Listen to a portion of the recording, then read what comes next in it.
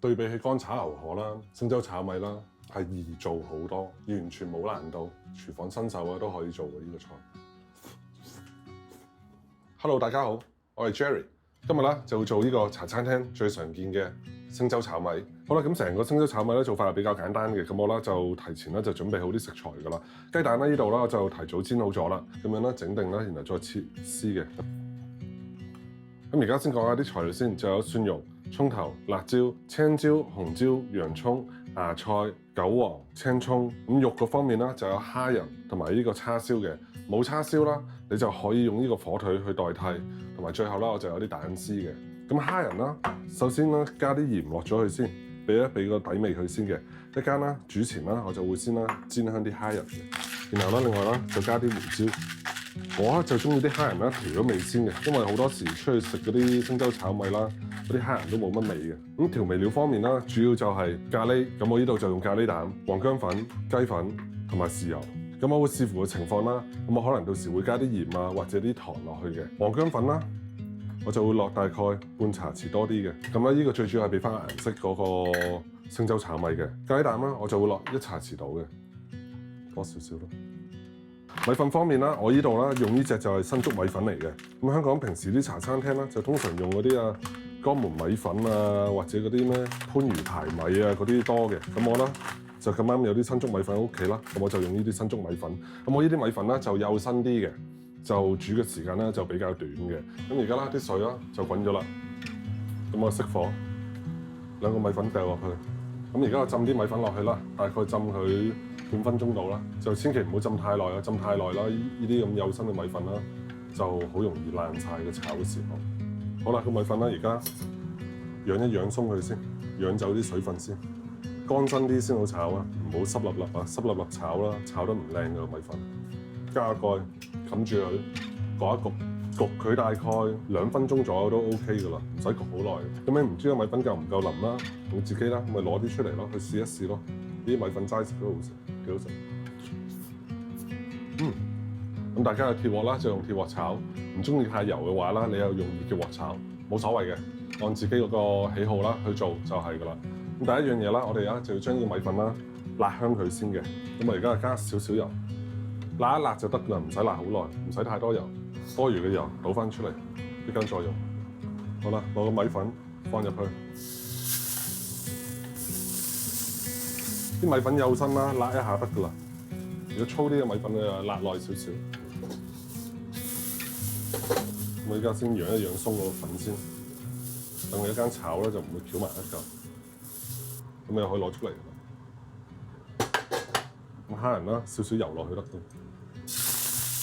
我煎一煎香佢。除咗煎香啦，你都可以提早烚熟佢先嘅。好啦，咁啲蝦啦煎咗有大概80%熟到啦，攞出嚟備用。咁依家啦就開始啦炒呢個星洲炒米㗎啦，成個過程大概2分鐘到，唔好太耐。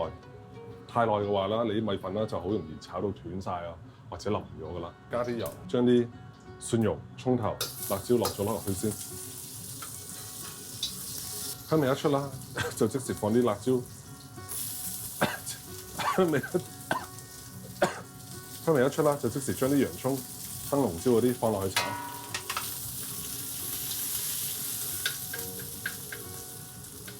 好啦，咁跟住啦，就將啲薑黃粉、咖喱粉放入去，將啲醬料炒香佢。而家放埋啲芽菜，炒勻佢。叉燒抌埋入去，調味啦，再落翻少少雞粉落去嘅。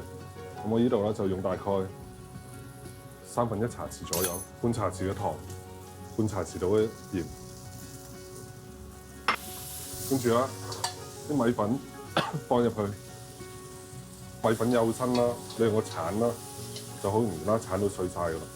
咁樣你個星米啦，就大致上做好㗎啦。最後啦，落多大概1湯匙到嘅豉油，咁我就落埋啲雞蛋，同埋啲韭黃同埋葱落去，咁就 OK 㗎啦。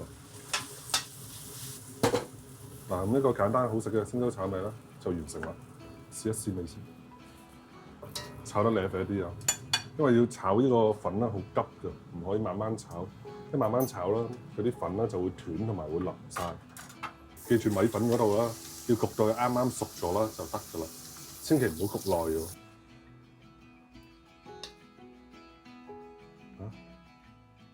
啲粉記住要炒到啦，顏色均勻。嗱，一個簡單嘅星洲炒米啦，咁樣就做好啦。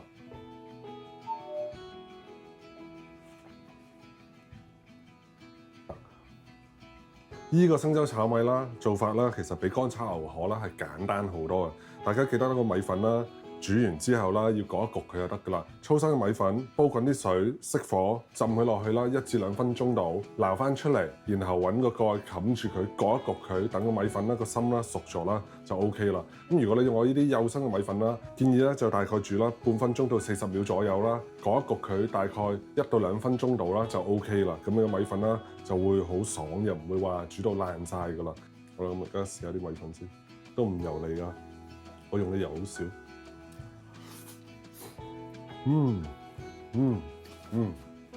我中意呢啲幼生啲嘅米粉，全部材料啦，切到差唔多啦，加啲蛋絲啦，炒出嚟靚好多，完全冇難度，真係啊！廚房新手啊都可以做嘅呢個菜，唔好成日睇到好難咁，根本唔難整呢個菜。